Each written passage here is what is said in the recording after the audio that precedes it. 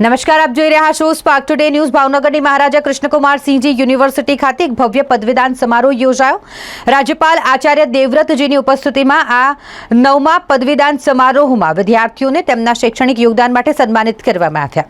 ભાવનગર યુનિવર્સિટીના અટલ ઓડિટોરિયમ ખાતે રાજ્યપાલ આચાર્ય દેવવ્રતજી, કેન્દ્રીય રાજ્યમંત્રી નીમુબેન બાંભણિયા, રાજ્યમંત્રી પ્રફુલ્લ પાનસેરિયા અને અનેક ધારાસભ્યો તેમજ શિક્ષણવિદોની ઉપસ્થિતિમાં પદવીદાન સમારોહ યોજાયો।